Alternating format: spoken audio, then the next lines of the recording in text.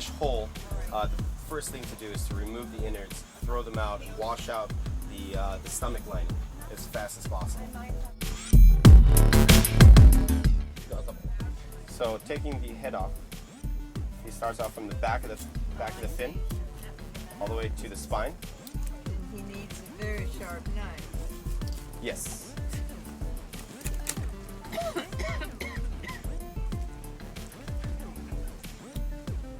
So this part over here, again, you want to go behind the fin and behind the bottom fin as well. That's usually the part. A lot of places will use this head for stock. It's really good. There's a lot of meat. Around the neck area of a majority of all fish is going to be high in oil content, so it's actually you're going to get a buttery taste when cooking it or using it as a stock. Don't you have to take out the gills? The gills, yes. The gills are just like the innards, where it has high in bacteria. So that's one thing that you do not want to use as for stock. Down the head as well. So what he's doing right now is he's taking out the stomach lining.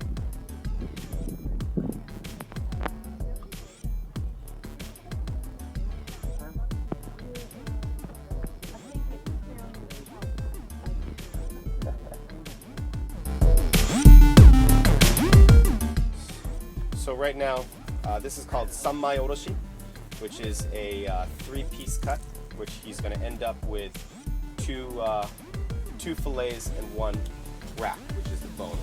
That's a 3-cut breakdown. He starts off at the back, along the spine. So you can see, again, the technique is to ensure that you get the most out of the fish. So over the years of experience that Chef Kei has had, he's learned to really feel the inside of the fish pretty much. He can touch the knife and feel the tip of the knife. And so his fingers, he's pretty much acting like the tip of the knife is his finger. He's feeling along the bone to get as much of the meat off of the bone and therefore break down the fish. How?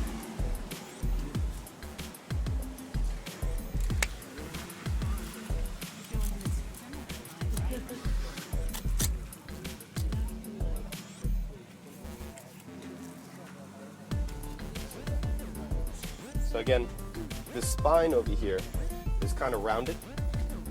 So by putting in the knife to here, this is the first cut. And then he lifts the knife up to start to cut along over here. And then the same thing on this side. So as long as he starts off lower than the spine, which a lot of people will just go in, feel the spine, and then cut.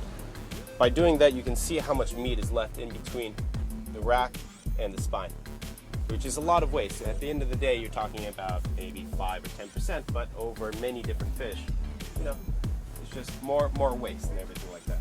So again, he's starting from the bottom. He starts up, and then he cuts the bone off.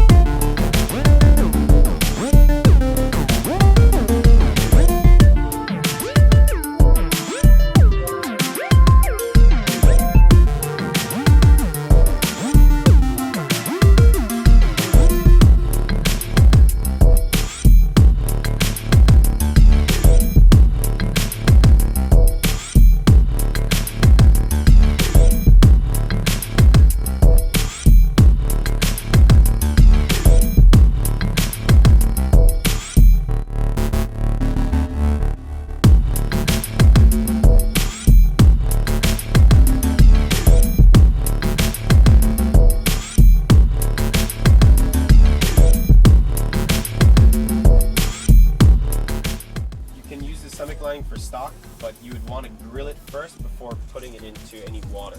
So again, that's all these processes are to ensure that there's no bacteria left on whatever you're using. So he's going to take out the middle bone.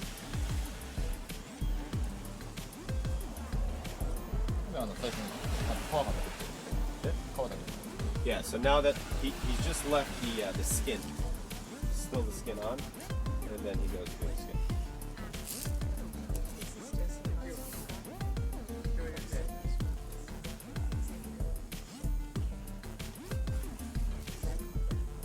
So again, that's the bloodline.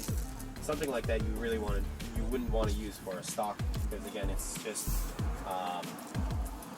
that's where all the iron pretty much lies in bloodline.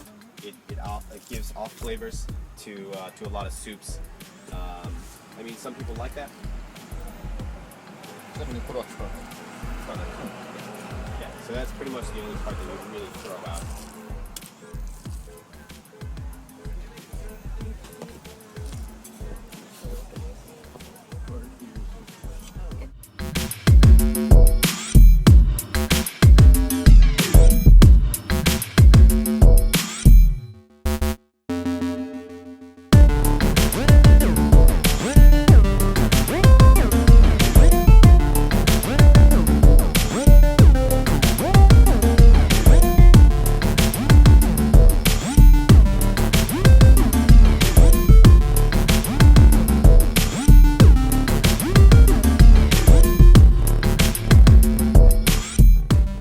Eating it raw, there's so many things that could go wrong with it. So you want to make sure that as soon as it was caught, that the stomach lining was removed, because that will add more bacteria to the meat. So again, if you buy something fresh that was caught that day, you can ensure yourself that you can eat it raw for the next 2 days as long as these procedures are taken. So you take out the stomach lining, that you clean it off, you break it down, and then you wrap it properly. So no oxygen.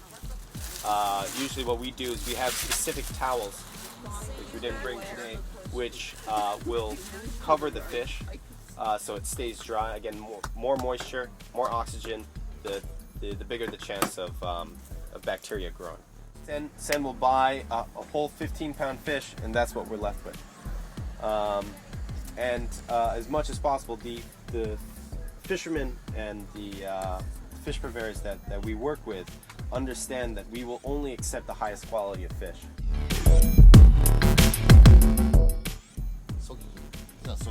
Sokigiri style? Yeah, so slicing very thin.